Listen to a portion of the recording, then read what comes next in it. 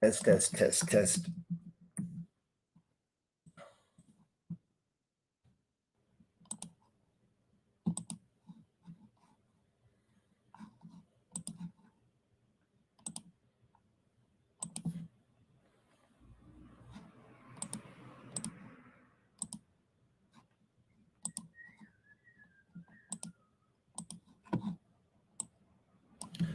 All right, guys, come in. I missed this. I was trying to get live before this little breakout happened here, so hopefully you can hear me. We had a nice little pop, but it's turning around fast, so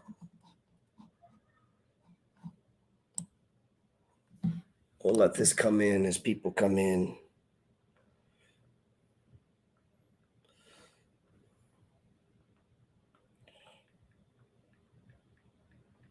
I kind of rushed because I thought we were breaking out, and I was wanting to cover a good trade before we called it, man.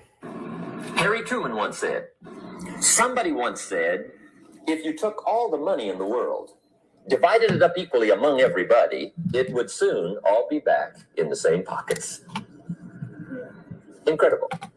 Success is something you attract, not something you pursue. Success is looking for a good place to stay. So instead of going after it, you work on yourself. Personal development. See, the major question to ask on the job is not what are you getting? The major question to ask on the job is what are you becoming? See, the big question is not what am I getting paid here? The big question is what am I becoming here? Because true happiness is not contained in what you get. Happiness is contained in what you become. So that's our major subject for tonight, personal development. Of all the assignments Mr. Schoaf gave me at age 25, this was probably the most difficult. In fact, I'm still working on this one. I think it's an unending challenge to see what you can become. The next subject is called Basic Laws. And it's good to study the basics. And I call these basics primarily because they come from the Bible. Now, I'm not a theologian or a minister, and that'll be apparent. But Mr. Schoaf taught me that the Bible was a good textbook for ideas and stories and success equations, how to live the better life. I found out that was true. He also taught me that the Bible is as practical as it is spiritual, and I found out that's true. If you look at your bank account and your income and you're not happy, there are several places in the Bible to check to see what the heck's wrong so you can make the changes. And we're going to cover some of those tonight, called basics. Okay, the next subject is my favorite, setting goals. Mr. Schoaf taught me how to set goals. What a favor that was. One morning at breakfast, shortly after I met him, he said, Jim, let me see your current list of goals, and let's go over them and talk about them. He said, maybe that's the best way I can help you get a better direction started. And I said, I don't have a list. He said, well, is it out in the car or home somewhere? I said, no, sir. I don't have a list anywhere. He said, well, young man, that's where we got to start. He said, I can tell you right now, if you don't have a list of your goals with you, he said, I can guess your bank balance within a few $100s, which he did. And that got my attention. I said, you mean my bank balance would change if I had a list of goals? He said, drastically. That day, I became a willing student how to set goals. And sure enough, learning how to set goals changed my life. And I often wondered why no one had ever taught me how to set goals up until age 25. I went to high school, but if they offered it, I missed it. I went to college for a year, never heard it. I worked for Sears. Really? And to my knowledge, Sears never taught it. Right? How to set goals. So here I am, age 25, married, my family's starting, I've been to college, I'm working, and I still don't know how to set goals. But fortunately, when I was 25, I met the man who taught me how, and it revolutionized my whole life. Economically, socially, personally, it's incredible. So I want to share with you tonight what Mr. Schoaf shared with me, how to set goals. It can be a life changer. Okay, The next subject is the negative part of the seminar. Life is part negative, so we got to talk about the negative. And this subject is called diseases of attitude. Diseases of attitude. There's a lot of things that can wreck your chances to do well. We live in a rather dangerous world, so you got to be not only wise, you got to be careful. Now, attitude diseases are just as bad as physical diseases, right? High blood pressure, heart trouble. I mean, a lot of things lace your chances to do well. So you've got to be careful. And attitude diseases are deadly. I mean, they'll destroy all the good things you start. Okay? So we'll go through those attitude diseases, how to spot them, how to look for them, what they are, and the cure. And I'm a pro on these because I've had them all, so I can give you excellent advice on these. Now, the last subject we're going to consider tonight is called the day that turns your life around. The day that turns your life around. And under this subject, we're going to talk about the emotions that can change your life. Human beings are emotional creatures, and emotions are powerful for life change. Now, of course, emotions are so powerful they can go either way on you. Emotions can either build or destroy. So you really have to employ emotions properly. We call civilization the intelligent management of human emotions. If you can intelligently apply your emotions in the right direction, no telling what can happen. Could turn your life around one day would be sufficient. So we'll talk about those. Okay. Now that's a lot to cover in one evening, but we'll keep at it here and see if we can't get it all done. I'd like to have you now jot down the theme of the seminar. Every seminar should have a theme, I guess. We've got one. It's on some of our literature if you happen to notice it. But if you didn't, for your notes, here it is. Sorry, guys. Got tied up there.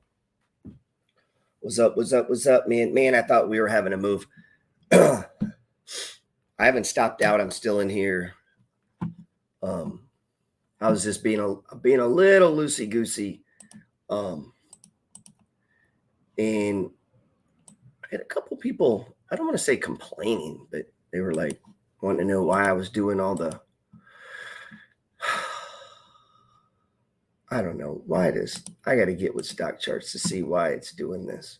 You see how it went? It changed. This is all new. So watch this. That is not my configuration. Look how it went. It went to the unpaid service, right? You see that?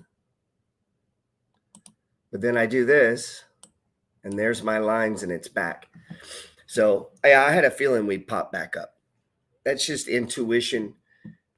I don't know how to teach that, man. That's just screen time. You know, there's a lot of people that I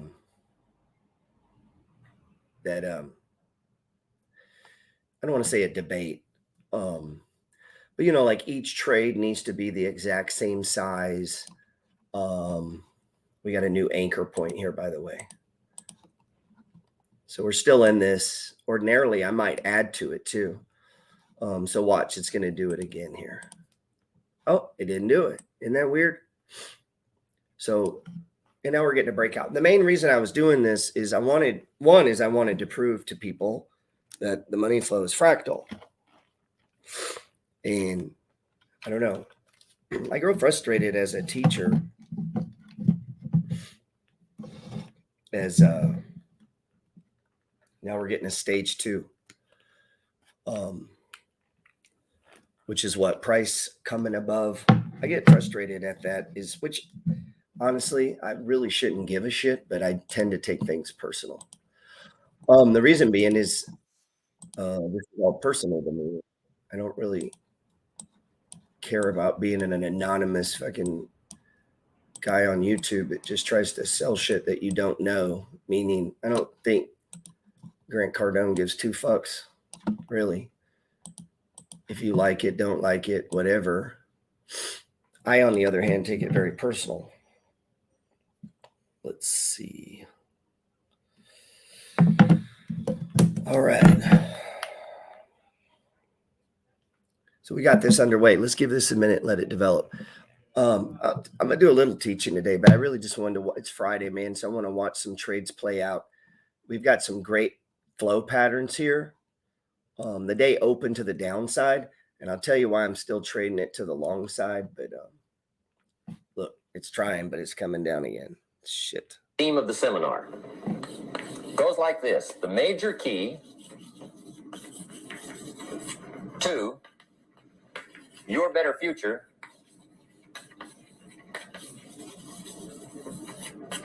is you. That's the theme of our seminar tonight. The major key to your better future is you. And I'd like to have you underline two words just to give it some added punch. Underline the word major and the word you, so that it reads, the major key to your better future is you. Now, my first suggestion is transfer this to a card or something where you can put it up, where you can see it every day. Preferably put it up where you can see it at the beginning of the day, before you go off to put the day together. This is a good phrase just to glance at, to keep in mind as you're putting the day together. It's called the silent seminar. If you'll just let this talk to you during the day, I found it to be tremendously helpful. The major key to your better future is you. For a big share of my life now, I didn't have this one quite figured out, among a lot of things I didn't have quite figured out. Many things used to puzzle me back in those early days. I used to wonder why two people could work for the same company, one make twice as much money. Now, see, that used to puzzle me. And maybe they were the same age, graduated from the same community, work for the same company, with the same products and the same services. They've got the same traffic, the same problems, and one makes $1,000 a month, the other one makes $2,000 a month. Now, that was my puzzling question. Why would this long list be the same and the money twice as much? I asked, what's the difference between $1,000 a month and $2,000 a month? And I don't mean 1,000 a month, right? I could figure that out. But what makes the difference? Why would one person do twice as well, 3 times as well?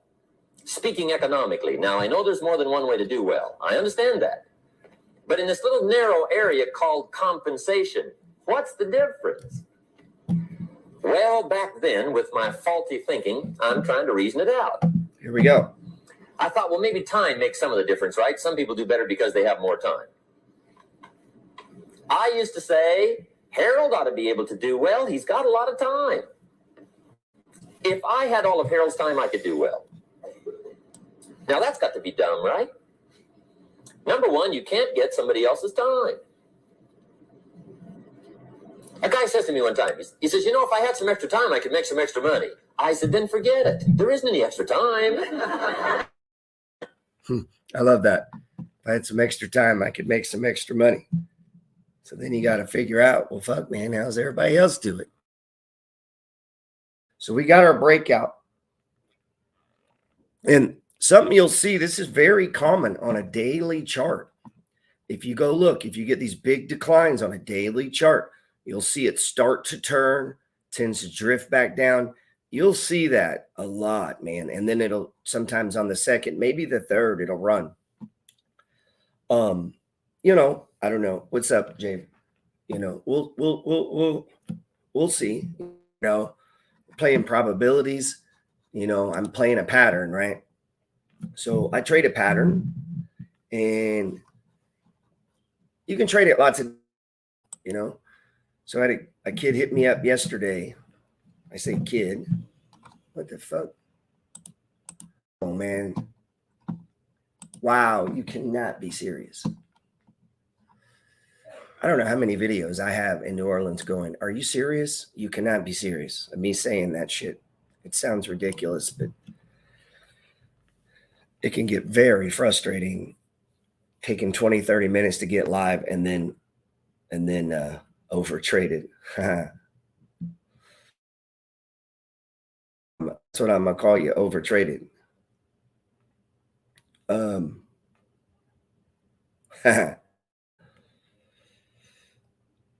What's up, Andrew?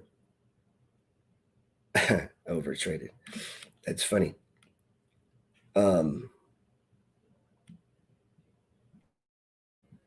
I'm sure everybody here knows, but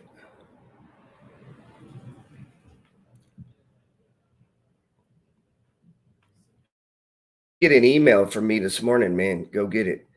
Because I've been taken down on Instagram multiple times.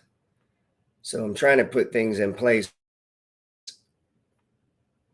We can keep on a rolling.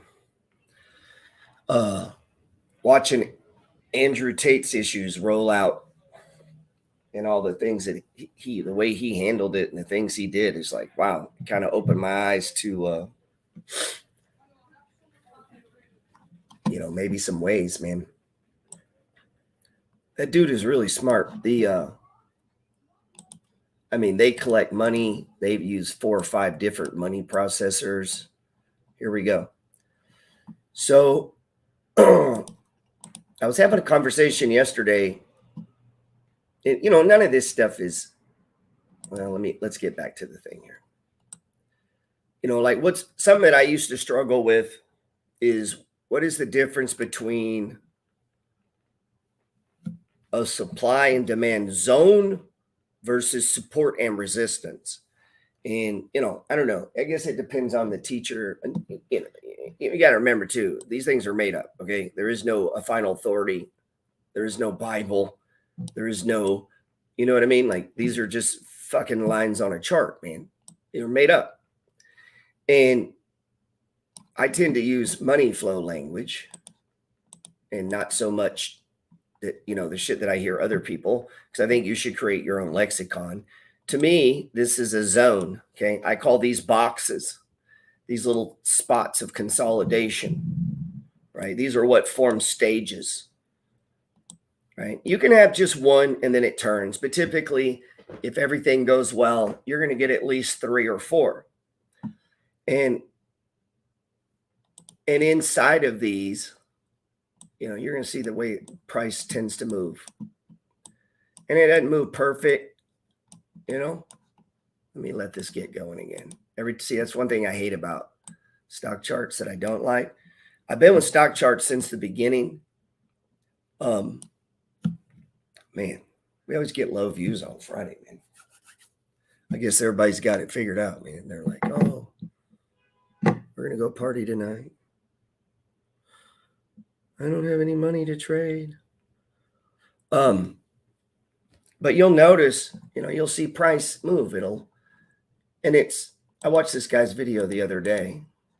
Mostly I just was curious how other people, I'd never sat through a live chart class on YouTube or Instagram. By the time all these things were kicking off, I was already trading. And so as a young man, when I was trading, I would get my charts mailed to my house once a week. I know, crazy, right? Because computers were just starting to do all this, man. They were doing it, but the shit was expensive. When I was first reading about it, it was like $60 a trade, man. But by the time I started and then when E-Trade came out is when everything changed. You'll see price and it'll, kind of move and then it runs up. And some people, if you watch some Forex guys, they'll show it like it goes up and then down and then up and then down and then up. And that's true. It does do that. And I was watching this guy the other day. I'll watch some of them. And I don't even share these guys anymore. I would love to be able to share some of the content that I like, but every time I do it, they say, I know people are fucking trading their style or and it's like, that's not, I've never watched a trader at least in a decade and go, oh, I'm going to do what he's doing. That's not why I watch him. I'm curious to see okay, we're in the money now. How they scale in, how they scale out, more about thought process. So you got to be able to listen to someone, thought process, but not be influenced to change your strategy every time you hear something fucking cool. And so I'm hesitant to share things anymore because people immediately think I'm endorsing it. And how in the fuck are we not up? Oh. All right. Well, you should be up. I'm not up as much as I should be. I got a horrible fill over here. I've been not experimenting. Today I was trading the U Pro, and I want to show you something. See this volume? 113 fucking million. That is a lot, dude. Okay, hold on. We're getting our first sales signal. So I run a dual RSI. I don't do this swing trading on the daily. You could. If you want to take money, oh, we're going to start that again, aren't we? Whenever I get on Instagram, they throw out, I don't know how this happens. If anybody out there is super smart with the internet can figure this out, it only affects stock charts. If I have Instagram going and I'm streaming on YouTube, everything good on YouTube, everything looks good on YouTube. Man. Let me try something. Anyway, and I'm streaming on YouTube. Somehow it knows it and throttles me just on stock charts.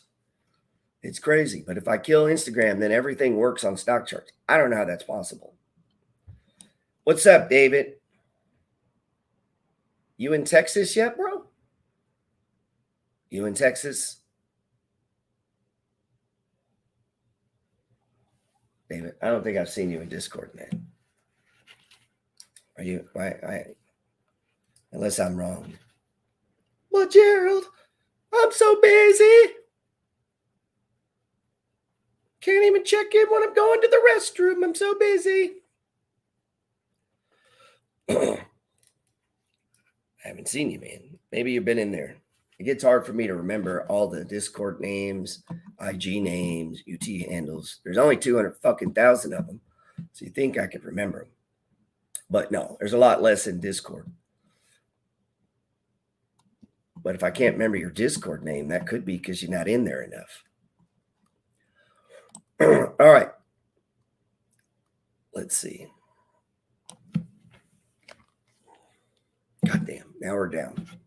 I'm down because I got bad feels. I should not be down. I should still be in the money. I got some bad feels because I was fucking around trying to load videos, teach, and trade at the same time. So I ended up was a little short on my thing, but I wanted to get in so I would track it. So if you ever do that and you mess up, man, just take a smaller position. Sometimes even though you might lose, just so you stay in flow, man. Because nothing will piss your day off more. Like right now, let's say you would miss this trade. Honestly, I'd take a shot at it here. I would. What's up, Rich? What's up, Jane? I would just buy less. Johnson Joseph, what's up, my man? That's the only guy. Well, let me take that back. 2 people. 2. Show me their homework. Nah, there's 3. The third one does it most of the time. They show me their homework every Sunday. I don't even ask them to. You know what that's called? Fucking accountability. And they want to do it. They want it. Next guy's like, oh, I'm so busy. Let's see. What do you bet they do better? Just saying. All right, let's clean this up a little. Let me clean this up, man. All right, I'm going to stop. I said I wasn't going to pick on anybody.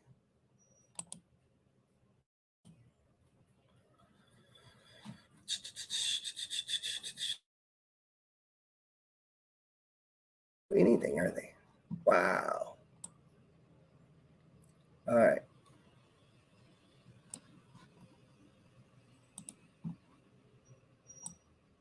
You see what just happened there? The chart went, man, there's some shady shit going on here. All right, give me just a second. I'm not trying to give everybody I hate when the screen moves real fast like that. I got to figure this out this weekend why it's doing this if I'm on Instagram. Anyway, we saved these on YouTube. We're still in the game. Man, we've had everything here to talk about. We started to break under the 20. Okay. Stage 1, stage 2 breakout, runs up. And look, tagged the first thing. I would have sold half right here. Okay. I didn't because I got bad fills earlier. So, and that's real world. If I'd have got it bad fills or whatever, I don't want to sell them. I'm not going to get anywhere. I would just hold it and wait. And hopefully, like the last trade, and we talked about this in if you're in Discord, I did it in the S&P channel, excuse me, over here. So last stage 1 we had, it ran up, tags it, sold half, pulls back, starts to break down, doesn't, runs up, tags it. Didn't tag the second RSI. Never hit it. I still take some off. Why? Because it can march up, never hitting this top RSI. The RSI measures velocity, how fast. If it doesn't move fast, it's never going to tag the RSI. It's just going to, if it goes just sideways steady, it'll never hit the RSI. Okay, the RSI is, so again, we had another one, bam. And so each successive one, the first one I take off half because it's a scalp. Bam, I take off half, move my stop to even. I scalped 500 shares. Boom, now I got 500. Hopefully it trends, pulls back. And you could have added if you wanted to, if you're playing aggressive. Sometimes we do. I'm not going to do it because the trend isn't really in our favor right now. Again, trimmed again. 1, 2, 3, 4 of them. By the time this rolled over in a stage 4, man, I'm down to only like 200 shares. Right here, boom, I'm out. Same thing sets up, runs up, bang. Back down, runs up, bang. Same thing. Back down, stopped out. Start to run, stopped out. So you had winner, winner, winner, winner, loser. And now here's where we are now. Technically, I should have been stopped out here. I decided not to. That's just intuition. Trading a lot, in flow, just watching ticks all day. So now we're going to run. I got 34.57 on the level 2. Why is this? Oh, shit. God damn it. I was looking at a different software just for YouTube because it looked better on the screen, but I fucking hate it. So, but all these problems I've had with stock charts are relatively new, man. I got to get some more monitors here too. I'm looking for space right now for a studio here in New Orleans. Because I got a guy helping me here. We're going to set it up, leave it permanent. That way people can come hang out. We can live trade in person. Big wall monitors. Be fun. Had I don't know if Jess is on here. We had my friend Jess in the MFG, her and her husband, her and her wife came and traded with me. What's up, Curvy? Last week. That's a lot of fun. We got a little bit of a late start because stayed out partying a little too much. So if you're not much of a partier, we'll get more trading in. If you are, either we're going to be tired or. So yeah, we had fun though. And she's not a day trader, but simply doing it with me, you learn the money flow fast, man. Daily chart right here is where a lot of new people bail. They're like, oh, it's going down. You need to, and I need a candle to confirm this because almost every time on a 1-minute chart, this bitch will go back up. Almost every time. Like it's like 70% of the time, 80%. It's just a numbers thing. And then you see it. We had a bunch of them earlier.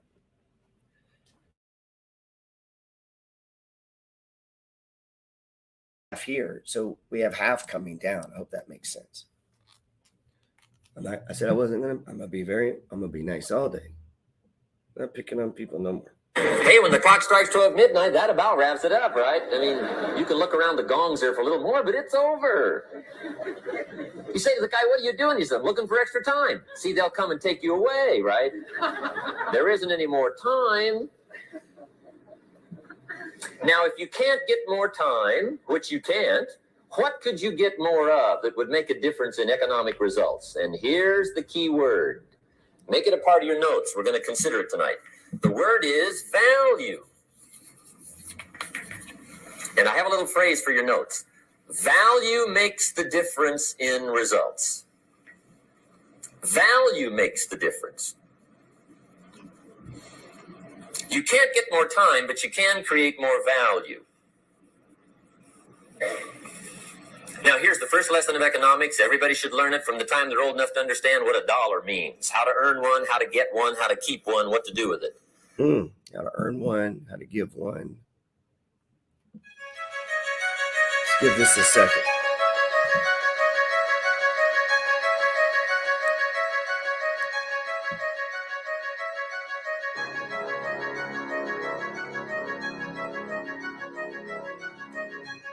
So we had gotten in over on the anchor. We got a new structure point here, or an anchor point. So the stop loss would be right around here, which we already moved it to break even when it hit here. So, and if you notice, it's about the same location.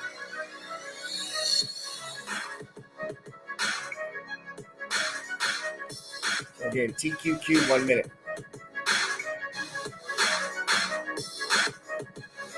Appreciate you, Harp.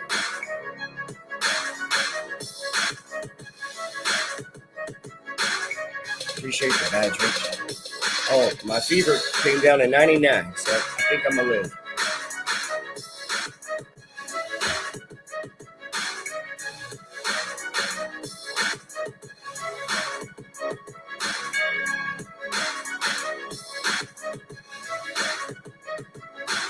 I offered my buddy across the street all my crypto if I died. He said he'd prefer I didn't and sent me over some chocolates. That was very nice of him. And then later, I sent him a thing where Ferrari's accepting crypto.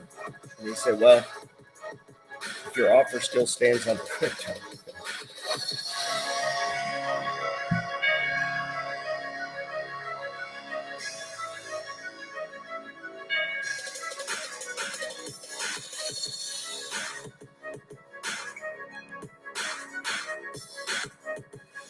Oh. Come on, man, it's the power hour.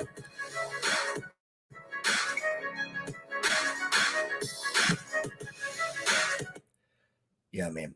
I'm going to tell you guys something. I'm trying to, we're working at,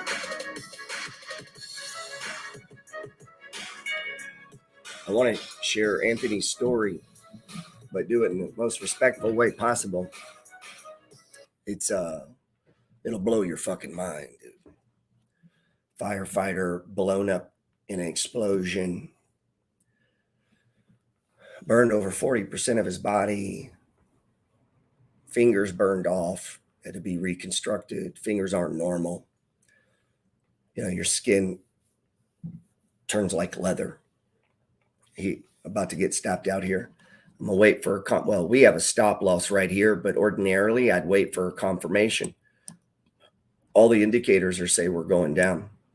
Since we already took half off, I'm gonna go ahead and just honor the stop right here. Hopefully support holds. Yeah. It's really fun now because I'll do a lot of one-on-ones and people are like crying about things. So he was in a coma for like 6.5 weeks. And they're Catholic. Boom. We're out. Got stopped out. They're Catholic. 7 times they came in, did last rites over him. Doctor said there's no way he survives. He's been burned too much. His lungs are complete thing. So for 6 weeks, he's like a vegetable lump there. And long story short, his wife leaves him. He's all just deformed, man, or whatever word you want to use, man. And comes to, mom and dad are there. And in the explosion, he burned up because he pushed 2 other firefighters out. So goddamn hero, man. Pushes them out of the way and gets blown up in the explosion. He was nearest to the door. He could have got out. Instead, he pulls them out of the way. I'm back in. We're back in. And gets blown up. Says he doesn't even remember doing it. Like, so he doesn't accept the hero thing. I'm taking a shot here. It didn't get over the 5. I should have waited, but it looked like it was getting back in the box. I didn't want it to run like earlier. We've had several huge candles over here. We've had several just explode. So I don't know. I'm taking a shot. Easy stop. He doesn't remember doing that, so he doesn't really consider himself a hero. But honestly, if you ever met like him and his wife, that's the kind of shit they just do without thinking about it. And so coma 6 weeks. When they went to take his wedding ring, and he was in the helicopter and he reached up. When they reached up, they couldn't get it off, So when he pulled it, it just pulled his finger off. Crazy, huh? And his parents come. His mom says, you got 24 hours to grieve, and then you need to get your shit together and get the fuck out of this hospital. Yeah, I'm in, staying in. We're right here at support. But Mike and I'm really sad, Gerald. Okay. So mom says he has 24 hours to grieve, and then he's got to get his shit together and get to work, man.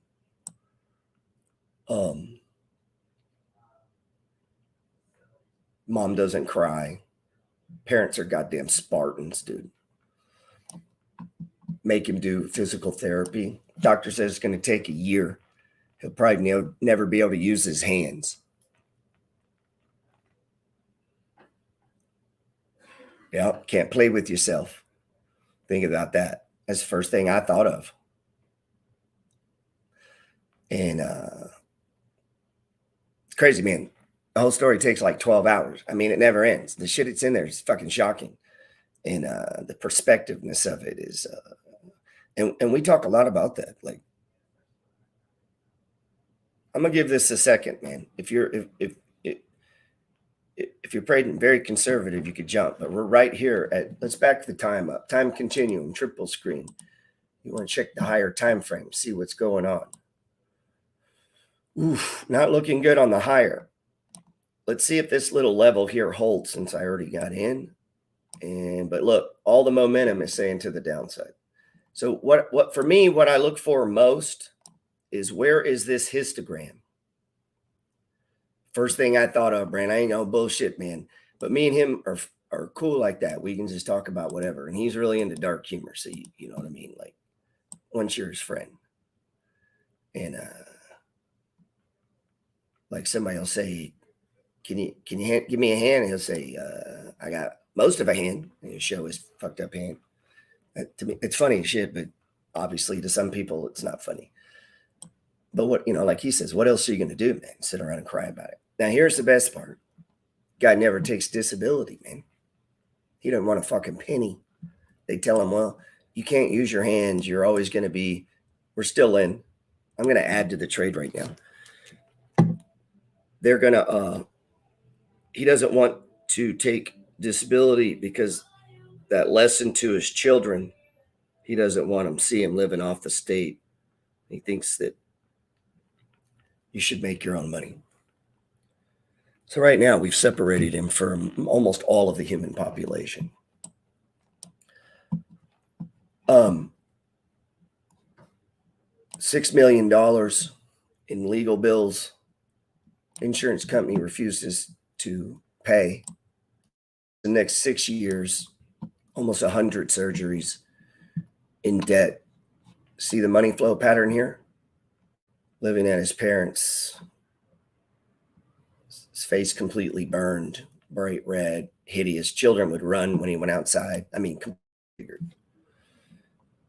So what you see him now is, after many surgeries and many 20, 30, almost 30 years of recovery. And the reason he didn't take the disability is he was afraid he might get it from someone else who really needed it. Come on, dude. People like this, man. Anyway, it takes 6-7 hours to go. I mean, so I'm trying to do a series, man, and we'll get it.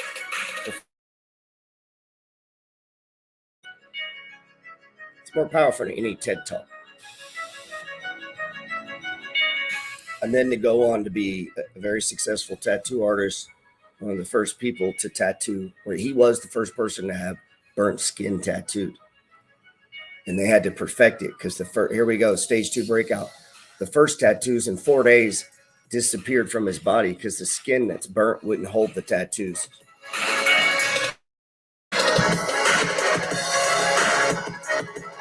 Well, Gerald, I'm busy. defense you gotta have. Oh, break it out. Now level 2 shows it dropping. Come on, man. Get it. Let me stop this.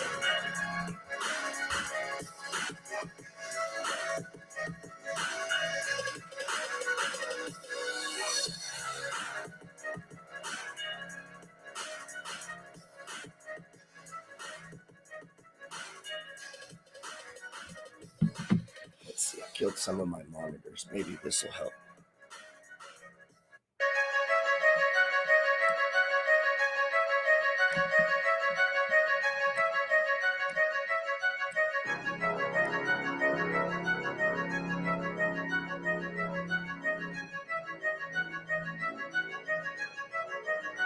Here's the crazy thing. When he sees fires and shit, like, he still wants to go in there, man. And that's confusing to a lot of people. I'm like that with the military. Like, I'll see stuff on TV, this shit in Israel. And it's not about the political, that all that aside, like the politics of any of this, just seeing a conflict or gunfights or patrols, like I miss that shit sometimes. And that, I know that doesn't make sense, but if anybody that's done that knows what I'm talking about. Here we go. Bam, baby. Built this up too, man.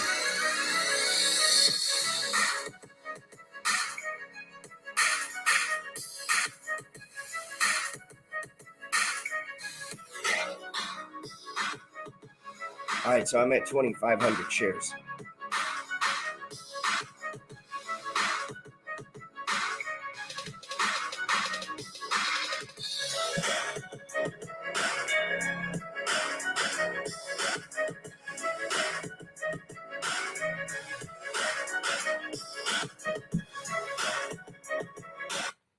One of the things that me and him talk a lot about, because I'm always trying to understand human behavior. That's marketing, that's the market, 48 laws of power. You think, wow, that's so bad. Like I shouldn't, but it doesn't matter. I mean, they've done studies where, a rich kid doesn't get their Mercedes, and they see now it's working just fine when I killed that other platform. That doesn't, and so we might look and go, oh, well, it's just spoiled and blah, blah, blah. But the reality is, see, it did it again. What in the fuck, man? The reality is it's still a problem to them. Meaning just because you had it worse doesn't take away from their problem. And what that's allowed me to see is that we do that on all levels, We'll be like, oh, well, I had it worse, so and we tend to do that. Well, guess what? There's a motherfucker had it worse than you. There's always somebody that had it worse, man. So, but I still think it's inspiring, but here we go. Let's see if this gets. So we're up now. Oh, come on. So look at this resistance here. This would be. Hold on, let me clear this.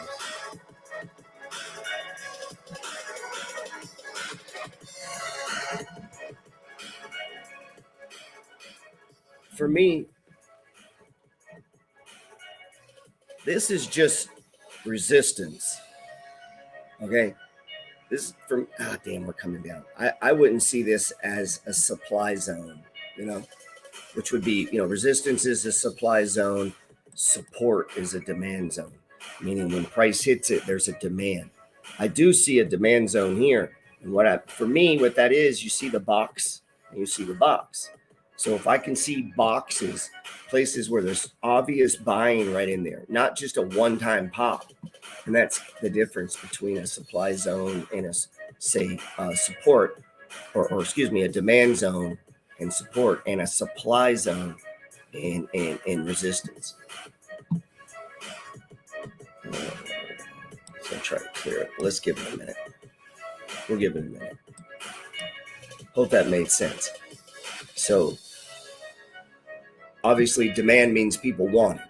And so if I see boxes start lining up, to me, that's a demand zone. May not be a big one. Obviously, a demand zone on a 1 minute chart does not mean near as much as a demand zone in it doesn't mean as much, okay? Right there, see these tails? That's support, right? This is a demand zone. Little confusing, basically same shit. Let's give this a second. We might be about to get stopped out.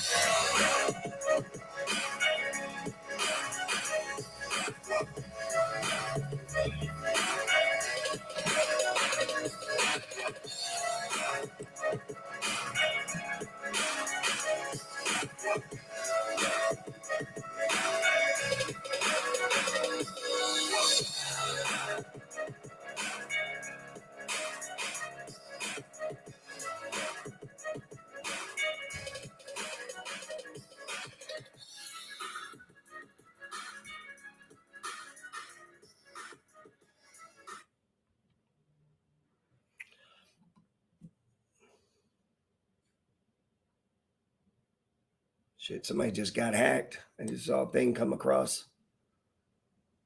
Looked like it's overstock or something. Anyway, I hope you got my, when you're connecting points,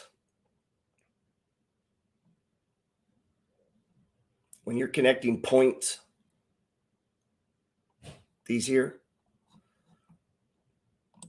that's support. Okay. That's support. That's support. When you're connecting boxes, these are zones, right? As demand zones. That's not a very good one. Should have done the one below, but let's take that down.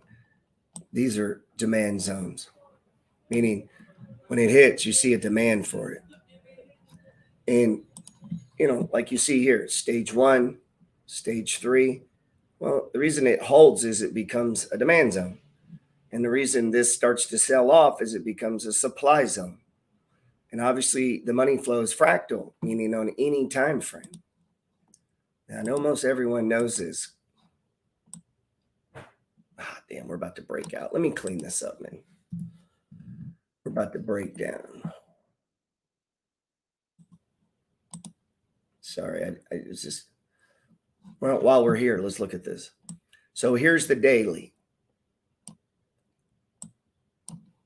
I would call this a support zone. Now it could turn into a demand zone, right? And we've been stopped here before. Here, sort of here, here, and here, okay?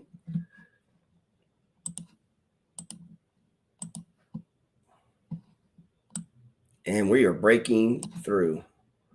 All right, so now drop down to the 1 minute. What time is it? Okay, 2:25. I need to do this earlier, man.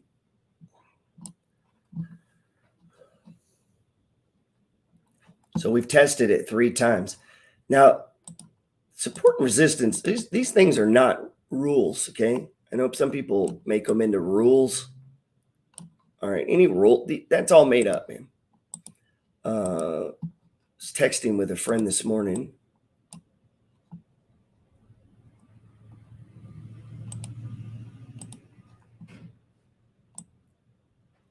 Yeah, we just broke support. So we are headed downtown. So texting with a friend this morning, I'm stopped out. And wait, am I? Well, shit. Hold on. I didn't have it in. Yeah. Let me close this so I can do this. Actually, I'd prefer to hold it for a minute, but I'm having a hard time doing that and talking here. Give this a second. But I'm out.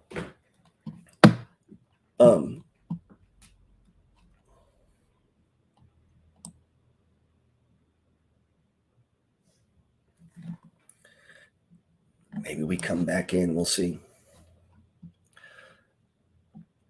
But what I'm looking for is a repeating pattern, man. So I don't know if it's going to go up or down. I have no fucking idea. I don't have any opinions. I know it seems like everybody has an opinion where it's going. You don't know.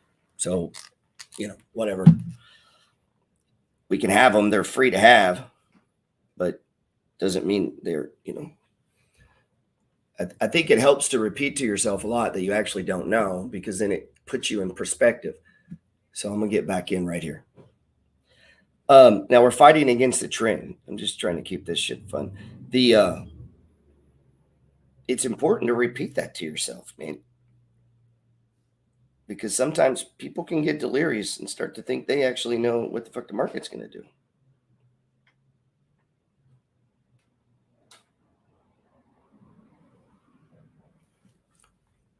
Or yeah, we're going right back down. Or that their little things here, especially in Forex, it's like a goddamn cult. These, support, resist, all these things are all made up. But my friend today that I was texting, we were talking about they overtraded. That's what they were saying when I came on.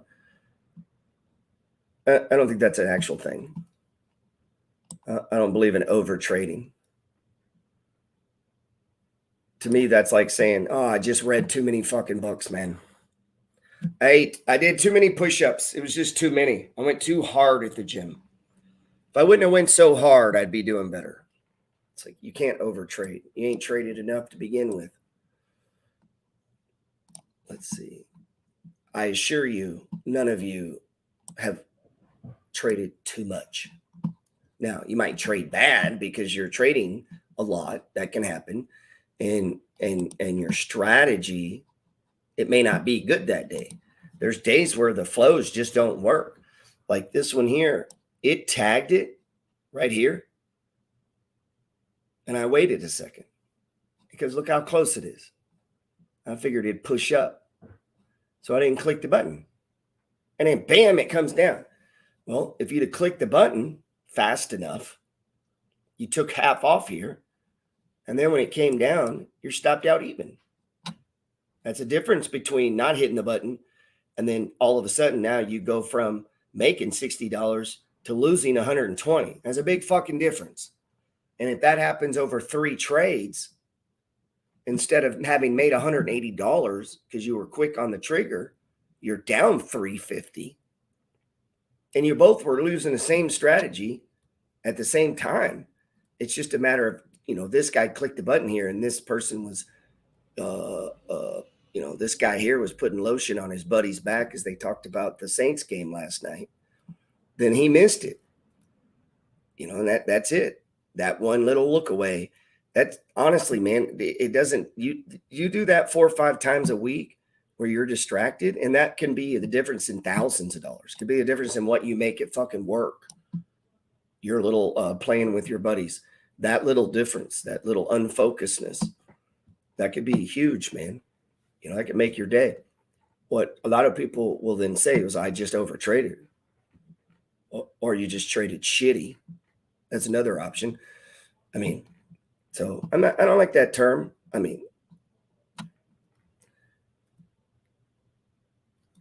don't know. I had a guy the other day tell me, all this reading you talk about. Here we go. We're running. He said, what am I going to do? Read all day? And I'm like, bro, when's the last time you read all fucking day?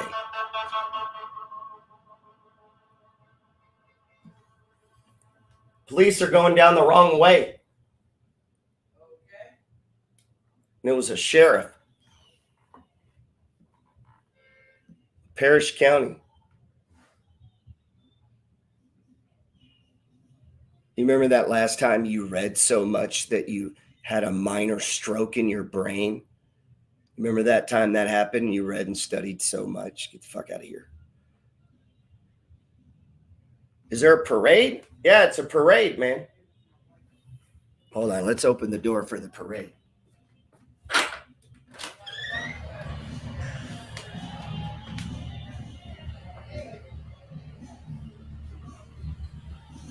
Hold on, Instagram.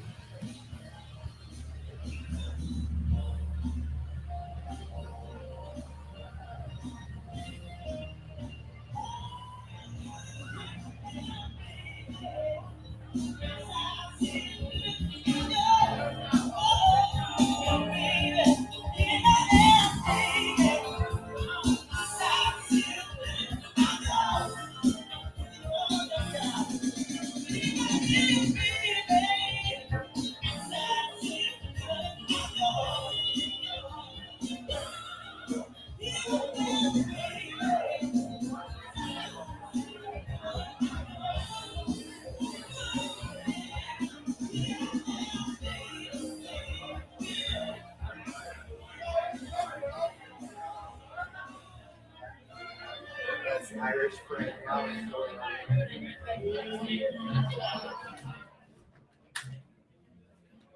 All right, enough bullshit.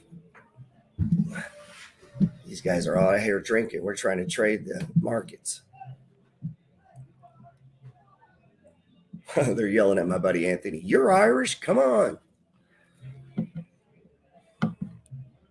He is not Irish. He is Italian, man.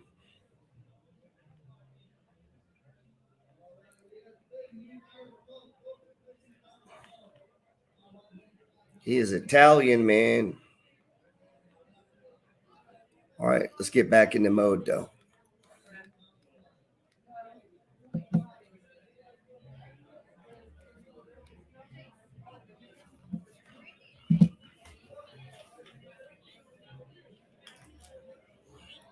What in the fuck, dude? Wow.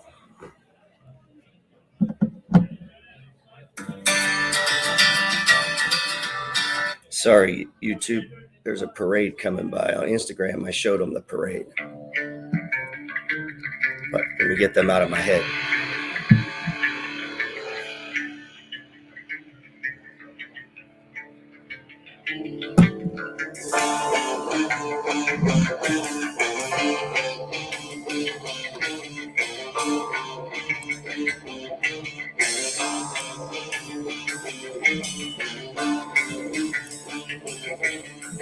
Now we got this big channel here. I don't know if you're noticing it, but those are little money flow patterns, right?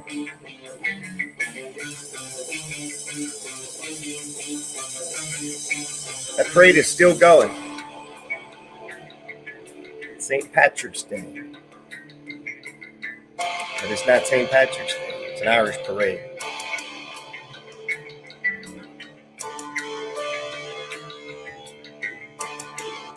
Here we go.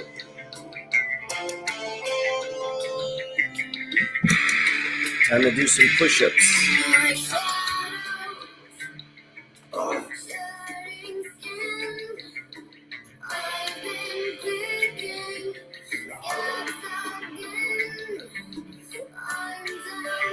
Yeah, is it a holiday?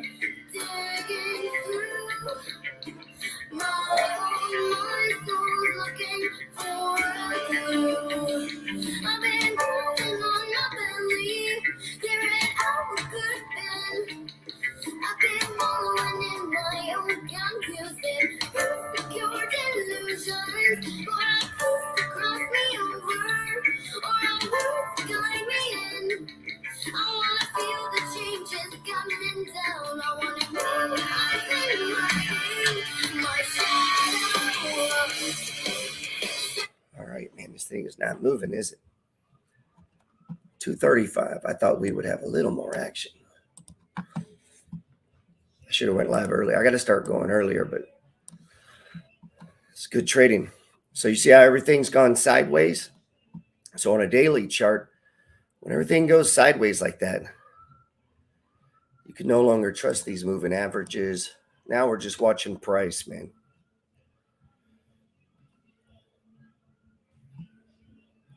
So if you had been winning today, you're up. I'd probably just take the money and go. Yeah, I love that song too, man. I wish I could adopt that little girl.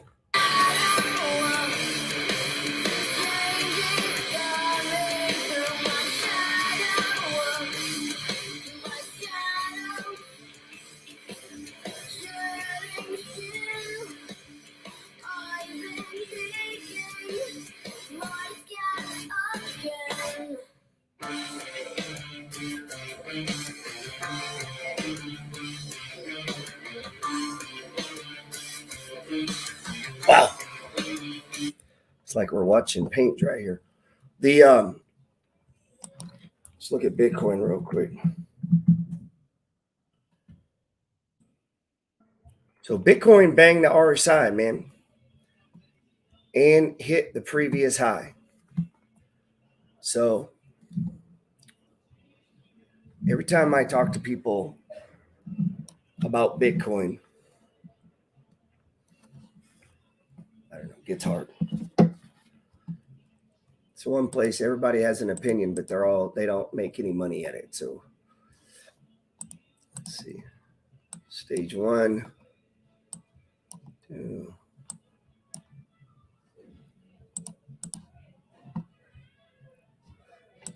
Now this is a supply zone.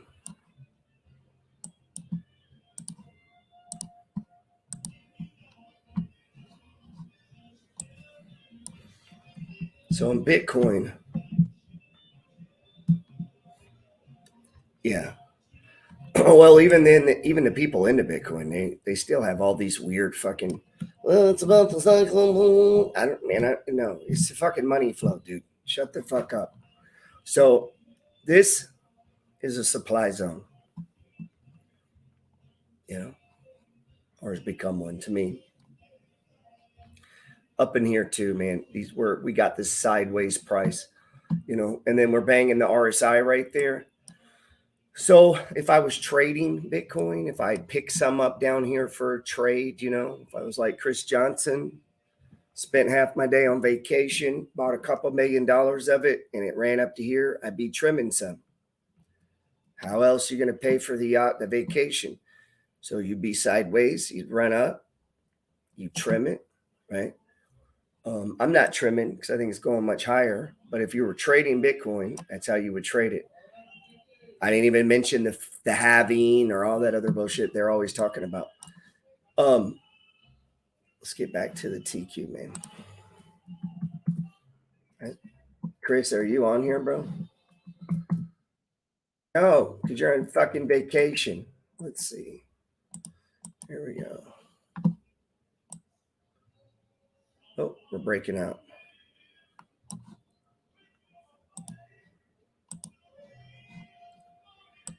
Where's that? I got to get Chris back on the podcast.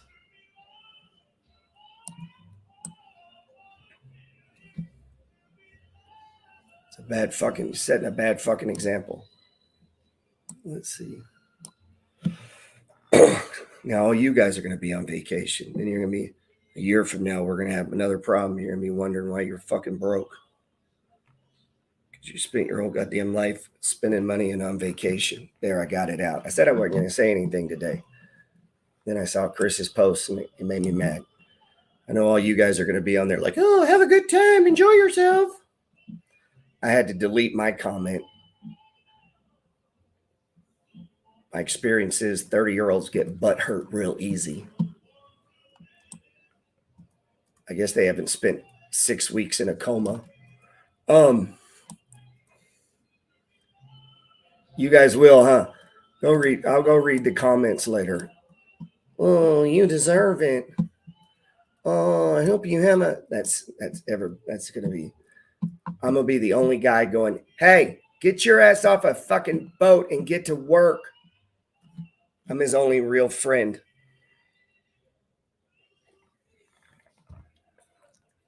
I'm the only real man around the guy. All the other guys will be like, let's see. Feel free to tell him too. Well, squad. Let's see. Where's Michael? We're moving now, man. Oh, shit. I don't even have the thing on. Here we go. God damn it. I had the thing off. Looks like we're going to get stopped out, man. So I took a few losses here at the end playing. Damn. Trend is to the downside, man. There's no stopping it. And it's Friday. I was sure hoping for a last minute look. We were right there at support, man. So I was hoping we'd hold in. And our RSI was kind of low on the 7, but it is not happening. It is not happening. Let's see.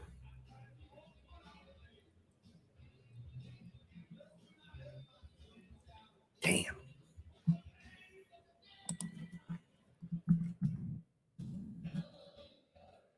Let's see.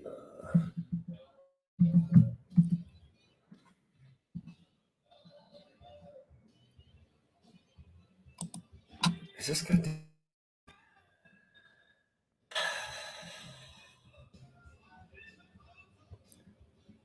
Whenever New Orleans gets a lot of visitors, our internet.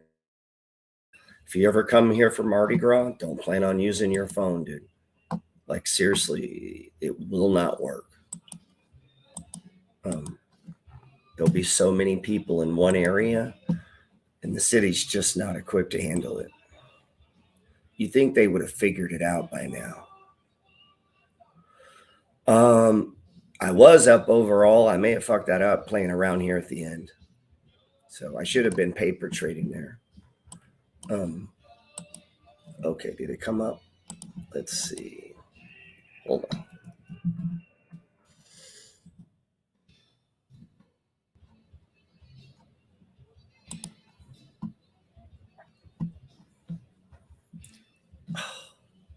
Hold on.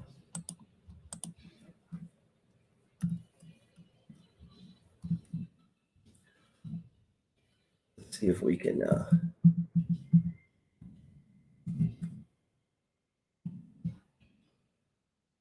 let's see if we can find it.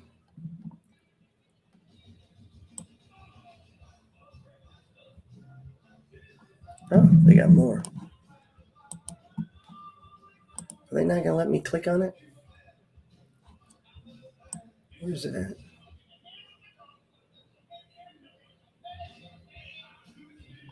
I didn't see those top ones. Maybe he's off. Maybe you're off vacation, Chris.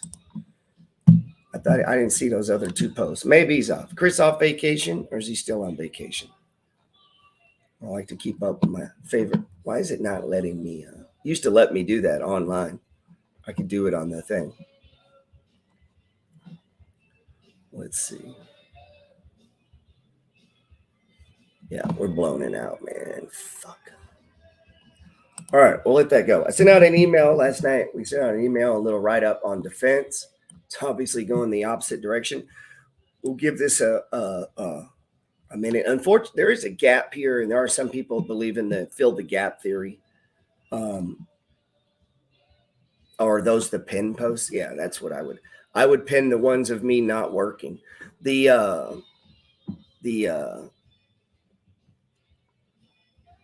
I'm trying to help the 30-year-olds, man, even the rich ones. I'm trying to help you guys, man. The world's fucking burning around you, and you're worried about going to the beach and shit. There needs to be some voice out there for this, man. I'm not a big buyer into the whole fill the gap thing. Statistically, about half of them never get filled. Or if they do, it's like way down the road. So I don't know. Maybe this fills back in. It might. There's a lot of people believe in that. That to me is neither here nor now. This is a stage 2. I wouldn't abandon this trade until we got a confirmation that I'm going into a stage 4 decline. We don't really have that. So if anything, I'd be looking to add to this trade because I'm going to stay with the trade. I want to stay with it, not look to get out of it. So that right there is what that'll mess up a lot of new people to the money flow because they think that means it's going down because they think that means it's going down, and we're still in. So I would wait for a confirmation, which would be Monday, and then I'd wait for the close in case we open down and come right back, and then it heads up. Very common thing to have happen. Let's see. I don't know about Curvy mentioned Ford. I haven't been putting out much alerts because I'm just kind of waiting, man. And Ford's now come down into a demand zone. This is what I would call a demand zone. Let's see. So there's still more room to the downside here. And look, the RSI is not even, I mean, this is not even down. So yeah, Ford's going lower. Ford's probably going lower, but this is set up, man. This is a nice B&B trade. I put out one on my trade list. If you, let's see, I wonder why it wouldn't let me get in on the, I wonder why it wouldn't let me do that. You hear that song playing? These guys are not stopping, dude.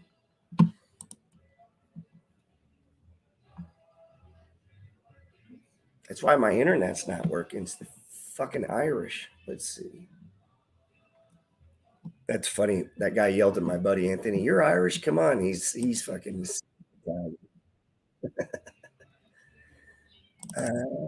45. Let's see.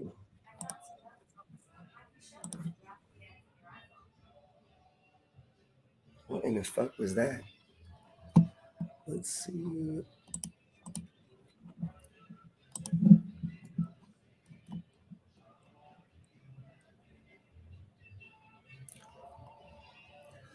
All right, what do we have? I can't believe I forgot to put McDonald's on that motherfucker. I've been carrying McDonald's for the last couple boards here on Sunday night boards. I don't know why I didn't put it on there. I guess because it already started to move, maybe. Definitely was on the B&B. These are just trade ideas. Cake and Hanesbrands took off the moment we started that, and it was just gone. But that cake pattern, I've been watching these restaurant stocks for a minute. If you're on my Telegram thing, I've been talking about this, but I mean, you see this pattern, like that's a perfect money. See, that right there would be a supply zone, but what else? Also a stage 3, right? And then it starts to come down. Yes, it's resistance, but see how bunched up that is? That's what I call box, right? Or, in this case, the stage 3. Right there's our confirmation candle, right? Because the box is broken. Down we go. Right. So then I'm waiting for what? RSI extreme setup. Tried to do it here, and you can see it honored this whole zone here. So I would have called this a damn supply zone and support.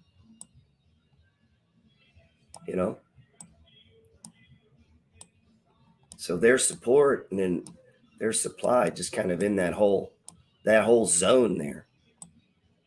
Right? And through all of this, you're just seeing massive buying. But then look, didn't work. So it broke it. So what? I assume it's going to go until it gets to the next time it sets up. And it did it again here.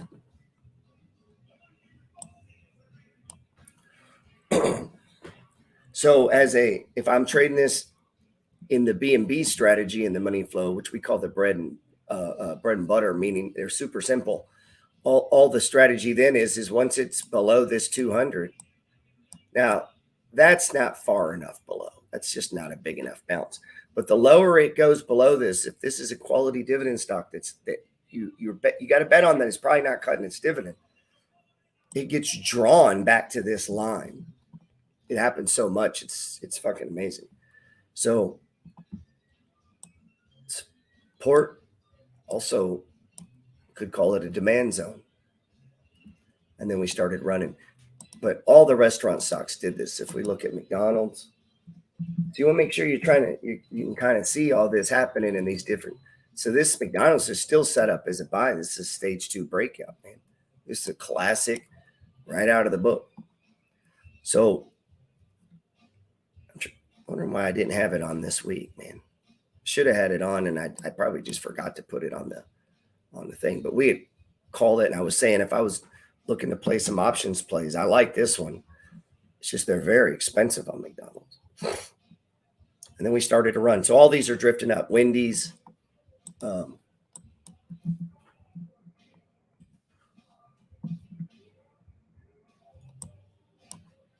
Didn't really get going, though. What else we got? McDonald's, Wendy's, Starbucks, Denny's. these are all restaurant stocks, man. So you see, they all have a similar pattern, and they're all trading below value. A lot of these, it doesn't matter if the odds, your odds of capitalization on such small margins is close to none if you're trying to play numbers like that. Trying to play numbers like what? Odds on capitalization of what? I don't understand what you're saying. Capitalizing on what? The movement from here to here? That's a pretty damn big movement, man. I mean, as a swing trader or day trader, see, the pattern on these ones don't move very well, man. If you start breaking them down, smaller time frames, it's ugly. Let's pull up at 1 hour. So sometimes you just want to, if you're swing trading on a daily, let's pull that McDonald's back up. What was it, 2 weeks ago? I guess I had it on the trade board. And that was these bottoms here. So time continuity, right? So these bottoms here. So it's the week before when we had it on there. And then, yeah, see the 9th, 10th, 11th, 12th. Now we're over in here. This zone held.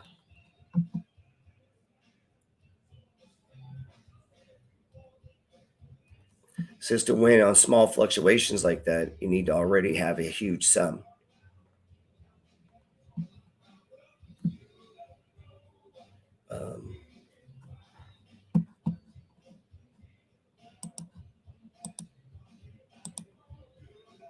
I don't know about that, man. I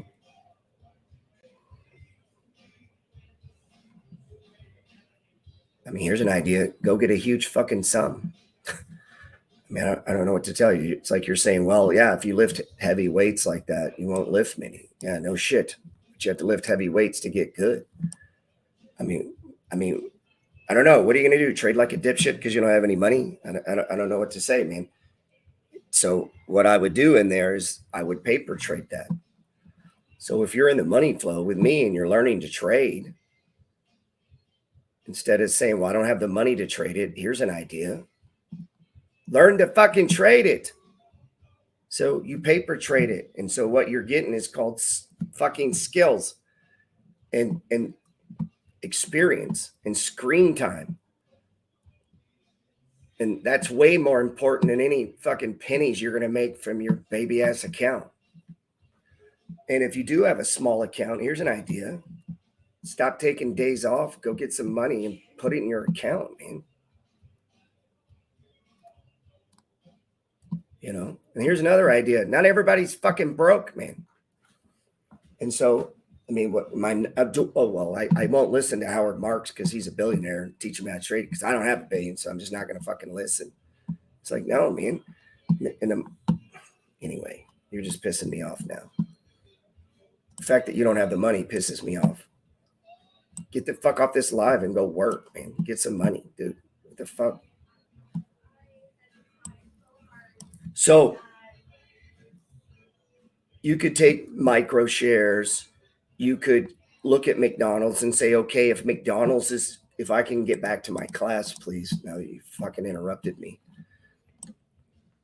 Instead of trading McDonald's, since you're broke, you could go trade, I don't know, Denny's. It's in the same sector, right? So you could trade that. You could go find a restaurant ETF, right? There's a lot of ways around this, right? You could trade cake, like we were just saying. You could do options, I guess, if you want. Another idea is you could spend time learning and not worry about making money and execute taking good trades and believe, I don't know, maybe God will bring you the money if you study and practice. If you join a karate dojo, you work your way up, man. You go through processes. So same thing. Let's look at Tqqq. Oh, we're breaking down. So no, I'm not an advocate that people with smaller accounts should trade differently. I think that's complete nonsense. The market doesn't adjust. No one's saying, of course they're not saying that. Stop getting your emotions. Or man, fuck you, bro. How about that? Go fuck yourself. How about that? Come in my class, tell me what to do, man. I've been fucking teaching this longer than you've been trading. Let's see. How about that? I don't give a fuck if you agree with me or not, man. Fuck out of here. Let's look at gold. I like to trade UGL. So we've been long gold. Same thing, same pattern, man. So look over here. If you're not too broke to pay attention. Puts in an anchor point. Price gets above the 5. That's my signal, right? My histogram's already turned. We already got the breakout. Now what? I'm waiting for the move, man. Pulls back, holds our stop zone. Boom. Comes back up, explodes. Then what? We're going to let it ride, man. I'm either looking for previous high or the RSI to go extreme. Start taking down the trade. So as we take it down, what starts happening? Starts forming this right here. They all do. Now, let me give you a tip. Even for guys with small accounts, if it breaks out and then goes back into the box, crazy bearish. Tries it again, back in the box, crazy bearish. Same on the bottom down here. Remember we talked about this? It breaks the box, comes back in, super bullish. Same up here, the opposite. Stage 1 is a stage 3. Stage 1, stage 3. They are the same. It's the bipolar nature of the market, right? That the market is bipolar, man.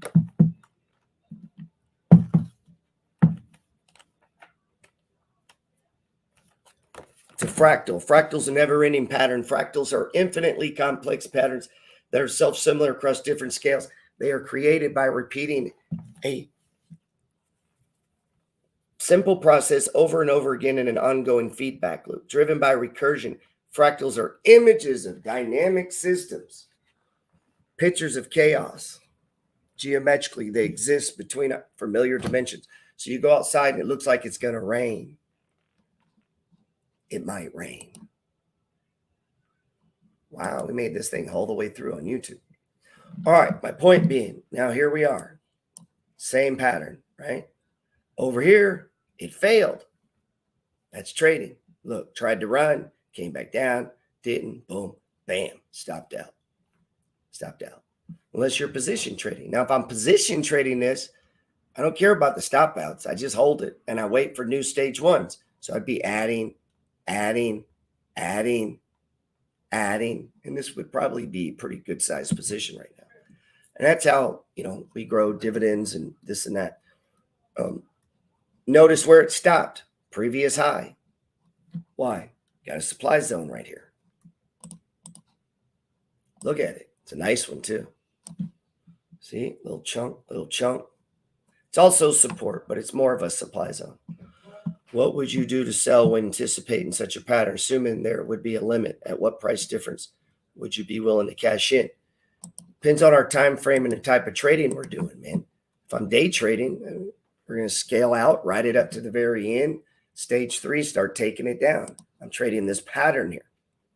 If I'm on a daily chart, I'm waiting for the setup. I've been in swing trades that lasted 6 months. Just let it go and go and go. We want to trim out on the beginning. So on gold here, I would trim some. How much? It's up to you, man. If I'm day trading, remember it's coming fast. So day trade, I'm selling half on the first. Matter of fact, I got a second RSI. Remember? Let's put the day trade RSI on here. And let's go to the daily. So you can see the distinction. So if I'm day trading, let's pretend this is day trading. I'm already banging it. Probably right around in here. I'm taking half down. That's the scalp off the bat. Remember, day trading is coming fast. So it may move up, go down, come back down. It's moving. So bam, it gave me money. Take it. Move my stop to even. I've locked in the trade, right? So if I had 1,000 shares, let's say, and it pops, the first RSI hits, I take off half. I've locked in half. So if it went up, I'm up, say, $200 or 100. Let's keep it simple, $100. I would sell half. Bam. I made $50. I moved my stop to even. Now I'm going to let it run. And hopefully I'm going to run for this second RSI where I'm going to trim a little more. And in a perfect world, by the time we finish the 3 and we're going sideways, I'm down to maybe 300 shares. But if we keep running, I'll ride it all the way into the close and then get out.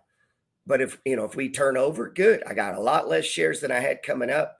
I locked in my gains, boom, let it hit. I might get 6, 7, 8 of these a day if the setup's right, And of course, we can filter which ones we take. But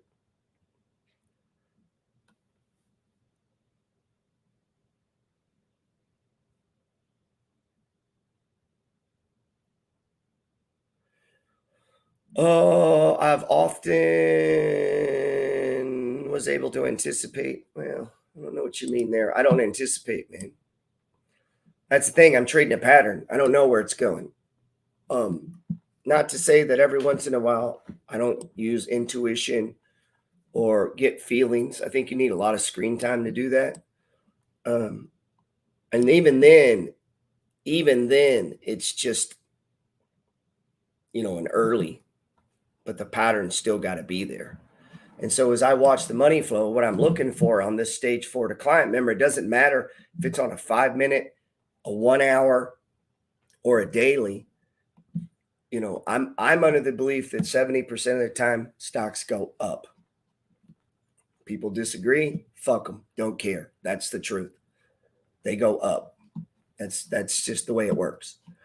And now, obviously, the lower that time frame, you're playing with that. They still go up, but you can have long periods of time inside of a lower time frame where they're doing different things. You can have down markets in a bull market, right? Obviously, but the money flow trading system is a trend following. So I'm trying to follow the overall trend. Not to say at times I don't break from the trend, or if let's say if this stage 4 comes into a support area, but we're against the trend, that's when I might use intuition, or, I just feel like I'm in flow. I feel like it's bottoming. I'm still using the same pattern, right?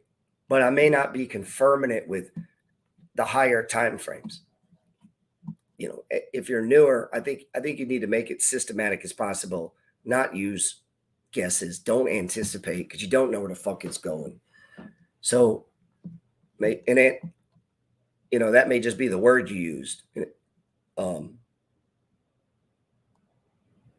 I prefer the word position. So I'm going to take a position. I don't know if it's going up or not. I just follow this pattern. And then what I'm looking for, and you really don't need the indicators, man. It's really about price. But these just kind of help me see it. And the 5 days always my trigger. If price isn't getting above that 5, then nothing's going right for you. So if we're on a weekly, remember I said in the definition, the money flow is fractal in nature, meaning you can break it down like Bitcoin, a Satoshi, all the way up to a full Bitcoin. It's fractal in nature. 100 pennies in a dollar, 4 quarters. Well, there's 5 trading days in a week. If price is above the 5, it means it's above the average price of the last week. Or in this case, if we were on a day chart, day trading, it would be the last 5 minutes or 5 hours, and then 10, and then the 20 just helps us see this pattern here. But I don't need it. Support and resistance, or supply and demand, there is a difference. We talked about that. That's kind of getting into the nuances. If I was new to trading, I would just stick with support and resistance. In the MACD, I'm really looking more for convergence, but more of the histogram, honestly, for me.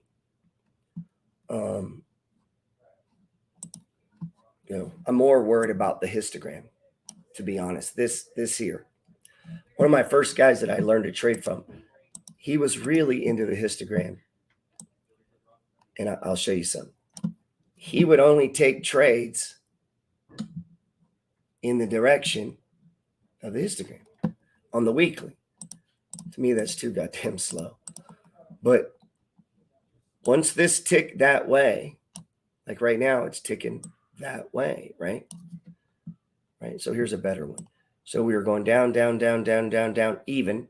And the moment it goes from here to here on the daily chart, that's his direction to the upside. And then he would do it over here too. Once that ticked down on the weekly, now he's looking to trade to the downside. And so on those lower time frames.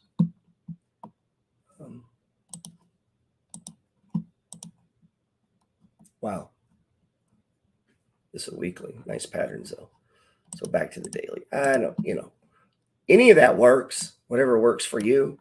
And what all that does, there's nothing magical about any of that shit, man. I was listening to a guy today and I really liked it. And I think it's impossible almost to teach people this. Because I've never taught anyone. And then I don't want to say anyone, I'm sure I have, but when we get into the shorter stuff, especially, the moment I show them, they start adding shit, doing this and that, If you ever hear me say, pick up bucket, carry bucket at top of the hill. That's all you got to do. Pick up the bucket, carry to the top of the hill. That's it. Pick up the bucket, carry to the top of the hill. Then they'll say, but what about Fibonacci? Just pick up the bucket and carry to the top of the hill. But what about just pick up the fucking bucket and carry it to the top of the hill? Because what you're going to do doing that, especially if like you're a new day trader, if I can get them to stay with me, what that's going to do is you're going to have so much screen time doing something so fucking simple that what you're going to start to do is develop intuition. You're not going to be confusing yourself with all this other bullshit that you're trying to learn. And it's so simple. Anchor point, 1, 2, 3, 4 bars, or price gets above the 5, enter, stop. That's it. Pick up bucket, carry it to the top of the hill. And if you do that for like 6 months, forget about it. You'll be good. You'll be good. And then all that other time you were learning all this other bullshit and watching it, you could be working, getting the money to put into your account so you can trade. Let's see. Sideways, up, sideways, especially as a young guy, anytime you're spending watching all that shit, once you have a strategy and a style, you're just wasting your fucking time. You need to master yours, man. Look at that. That is a perfect money flow. This is it. It's a perfect pattern. Look at this. Perfect. Damn, I might get that tattooed on me. That's the sexiest thing in the world right there. Don't you think? Now, what is it that needs to be fixed about that?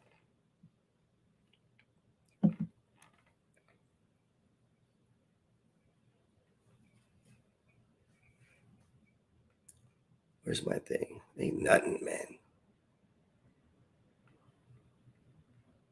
Let's see. What is going on with my thing? I was trying to see when the fuck I just got out.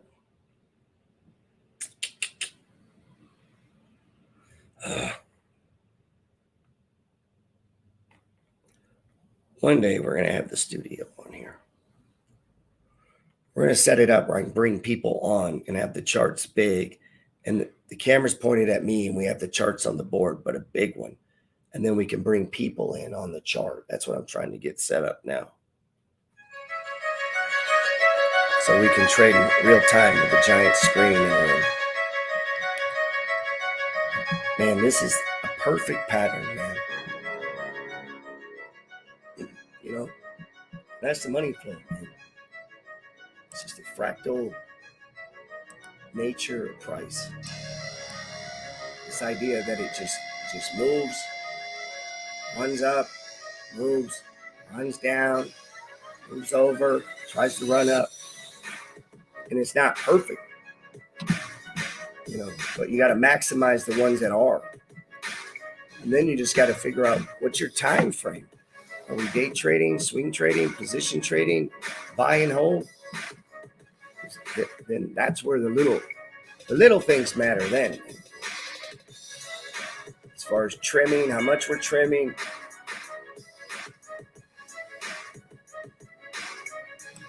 Where's AI? What was a big mover? Let me pause this for a second. Somebody give me a big mover we've had recently. He says, now what? Now what? What was a big mover we've had this week? Now what? Now go learn it, man. Look at this nice stage one. I mean, look at this one. Step back. Look at this, man.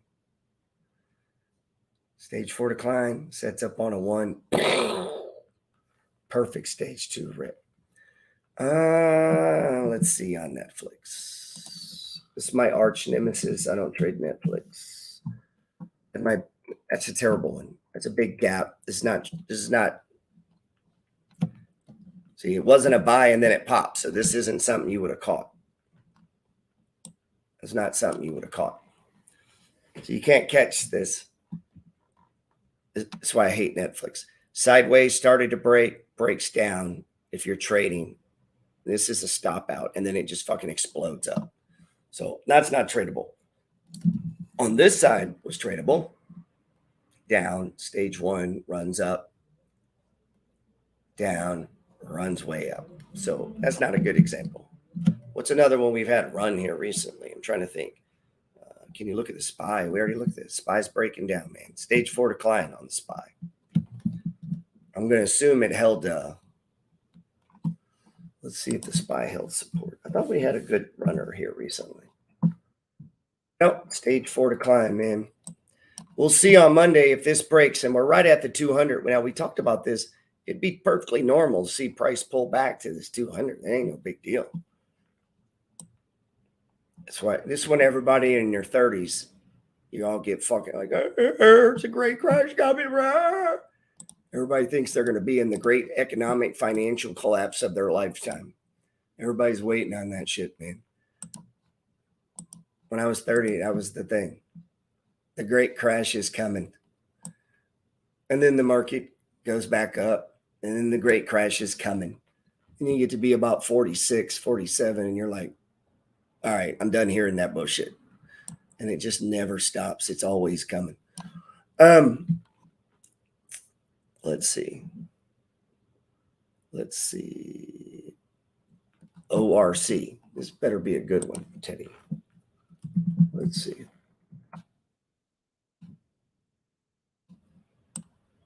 What in the fuck, man? I said, give me one that's going up, dude. That shit's going straight down. Let's see.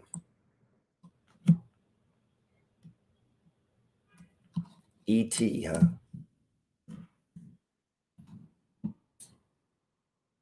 Yeah. It's not really a trading stock, though. I'm in ET. I've been in it forever. That's a buy and hold for me. Not really a trading stock. Can't trade REITs and shit, man. Procter & Gamble's got some nice runs, though.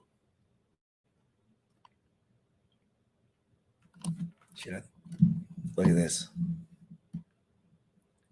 Soon as it got under that 200, man. Now look at this. All right, now let's say we're an investor. Right? We're an investor.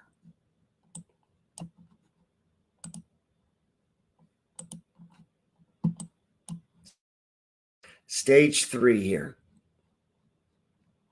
It also becomes a supply zone, meaning it supplies shares, and then shares start to fall. What in the fuck? I mean, this is a perfect money flow pattern. Look at this. Stage 1. So if you're a dividend investor, you definitely want to pick them up below the 200. You want to buy all the stage ones, and then look, runs up, stage 3, breaks down. There's your confirmation. Down it goes. So if you're a trader, right, try and trade this side, could short it. I'm not really into that. Same thing, sets up. Stage 1, runs up. Stage 3, pulls back. Right, and in here, looks like it starts to go again. Doesn't. There's your confirmation that it's breaking down. Down we go.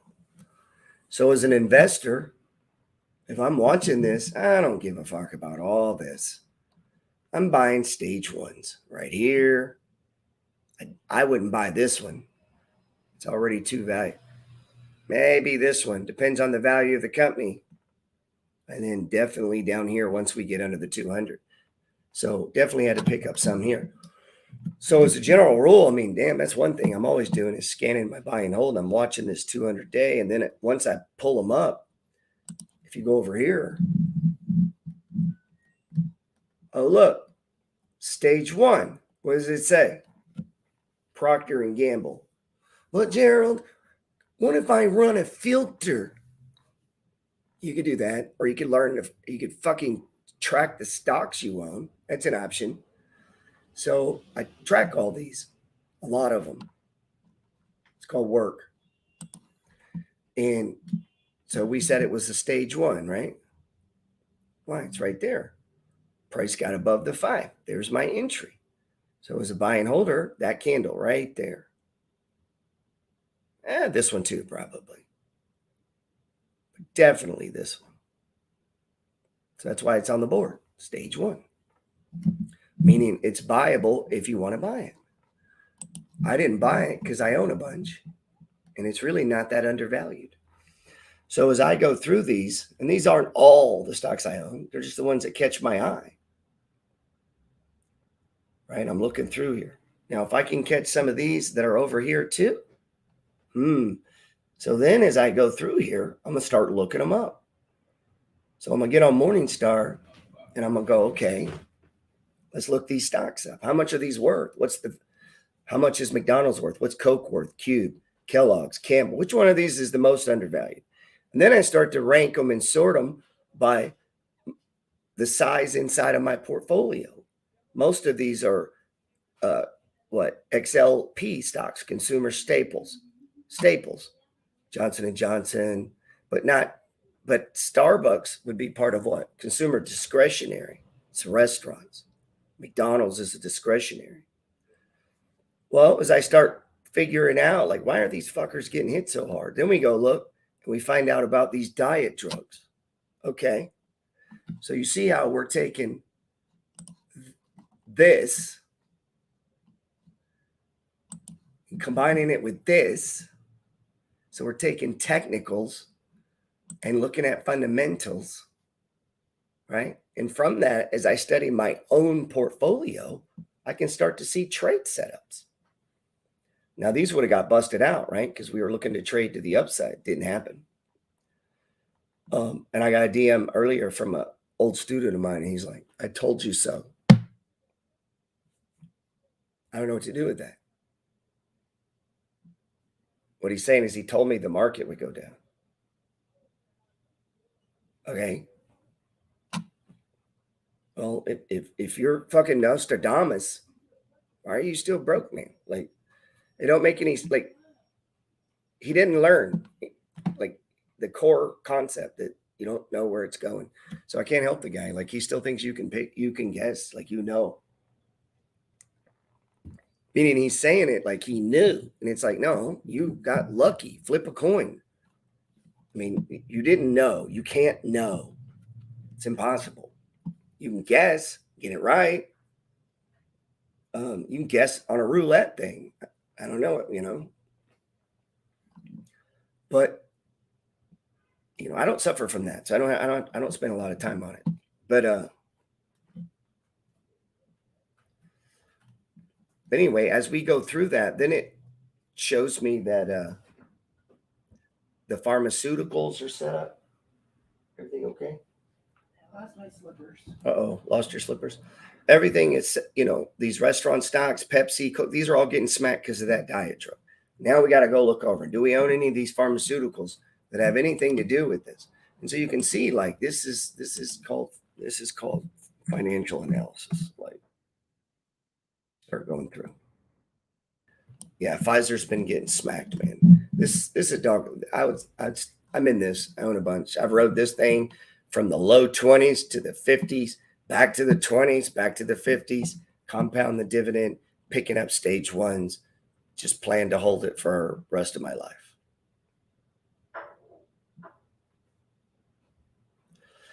Yeah, I would not sell a stock based on some fucking weight loss drug that in 6 years they're going to be suing them for fucking something. So I love how all my anti-vaxxers sure love to take fucking diet pills.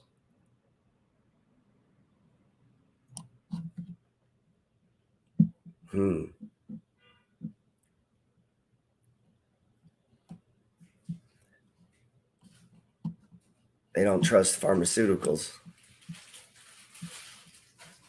until all of a sudden they get fat, need to lose weight. Then they're all about the pharmaceuticals.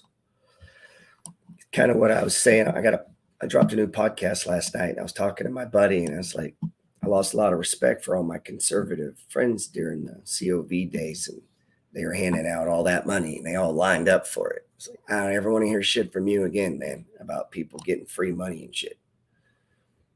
Let's see. You lost your moral high ground when you took it.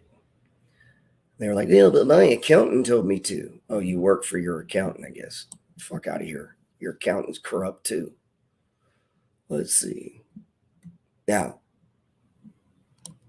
that's what you want. Do it. But don't then lecture me with conservative fucking morals about what the government should do with money and all that. Let's see. There's a lot of you. A lot of you, especially the doctors. Don't get me going on them. Freeloading mofos. I know a lot of doctors. They got a lot of little money, and then they're all bitching about the people getting this and that. Oh, they're sending money to Israel. Well, they sent your ass money too. So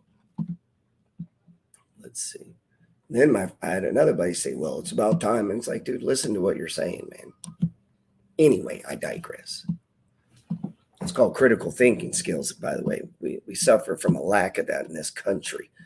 Of that your logic goes through all areas of your life.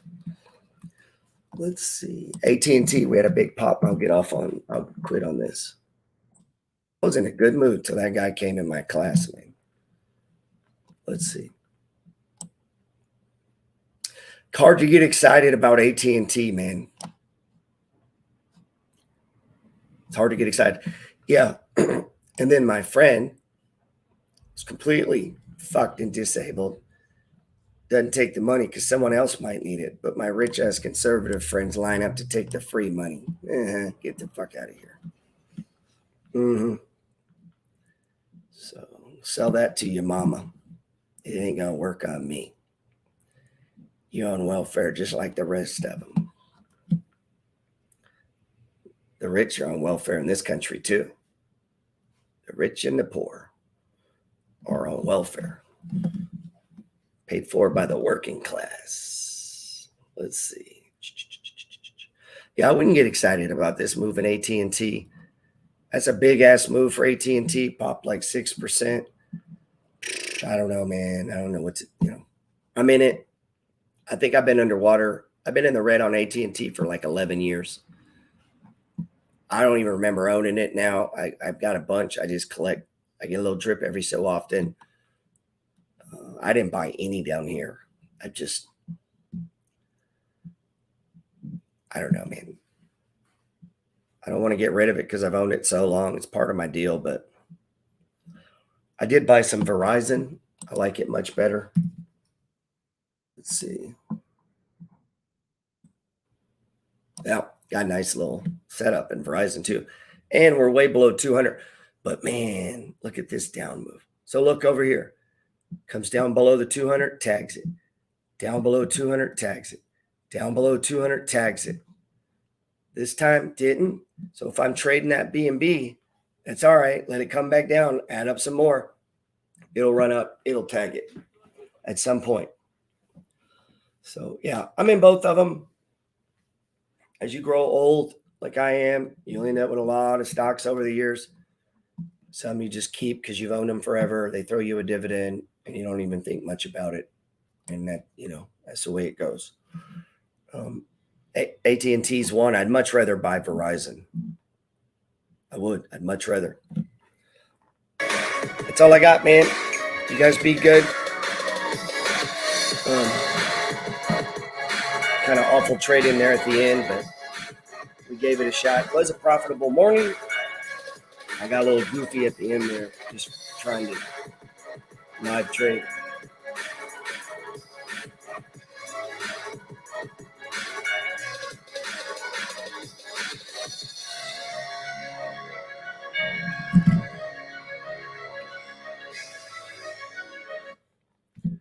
What's up, YouTube? I couldn't even see the YouTube. Man, I got to get another monitor. Let's see. I got to figure out how to connect it over here, man.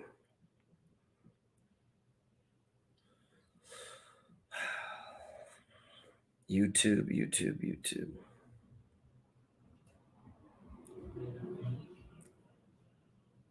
Probably going to delete this video.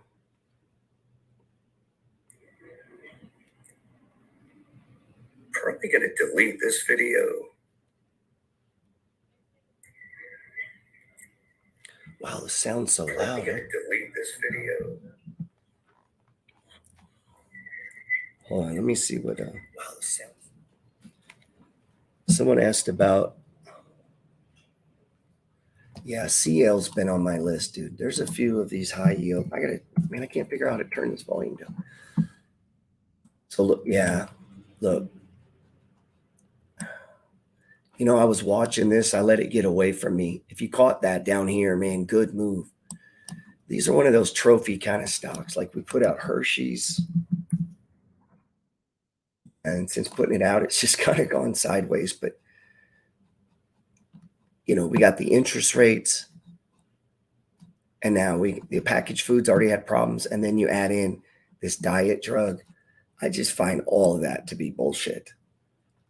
In the past, I'm usually right about that kind of stuff. That nobody's going to stop eating fucking Hershey's because of some new diet pill. I just find that hard to believe. So, especially pills that aren't even out yet. So, at least I don't think they're out.